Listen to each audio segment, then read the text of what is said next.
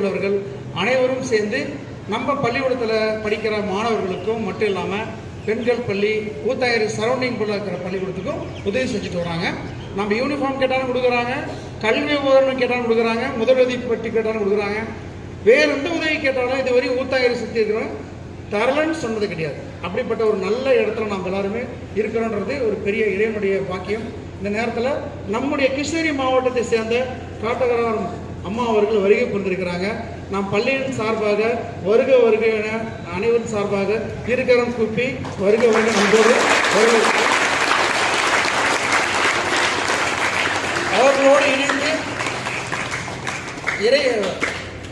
இறைப்பணியோடு சேர்ந்து பொதுப்பணி சிறந்த ஒரு கடவுள் பக்தி உள்ள ஒருத்தர் வந்திருக்கிறாங்க.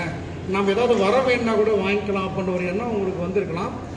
இந்த பள்ளியானது பொதுவானது. இங்கே தர்மம் பண்ணுறதற்கும் சேவை செய்வதற்கும் நல்ல கருத்துக்களை சொல்வதற்கும் தாராளமாக அரசு விதிக்கு உட்பட்டு நம்ம அனைவருமே அழைச்சிட்டு தான் வரோம். காலையில் கூட பார்த்தோன்னா நம்ம கிருஷ்ணகிரி கோட்டாட்சியத்திலிருந்து போதை தடுப்பு விழிப்புணர்வுக்காக வருகை பெறுந்தாங்க. இந்த மாதிரி இது ஒரு பெரிய பள்ளினால நிறைய பேர் வருவாங்க. பள்ளியின் சார்பாக மீண்டும் ஒரு முறை வரவேற்று அவங்களுடைய வருவதன் நோக்கம் என்ன, எதுக்காக வந்திருக்கிறாங்க, நாமளே ஏன் உட்காந்துருக்கோம், அதுக்கான ஒரு சுருக்கமாக ஒரே நிமிஷம் மட்டும் முடிச்சிடுறோம். நம்ம ரெண்டு விஷயத்துக்காக அவங்கள வரவேற்றுக்கிறோம். முதல்ல நம்ம பள்ளிக்கூடத்துக்கு வந்திருக்கிறாங்க. முதல் விஷயம் அதில் எதுக்குன்னா நம்முடைய மாணவர்களுக்கு சீருடை மற்றும் கல்வி உபகரணங்கள்.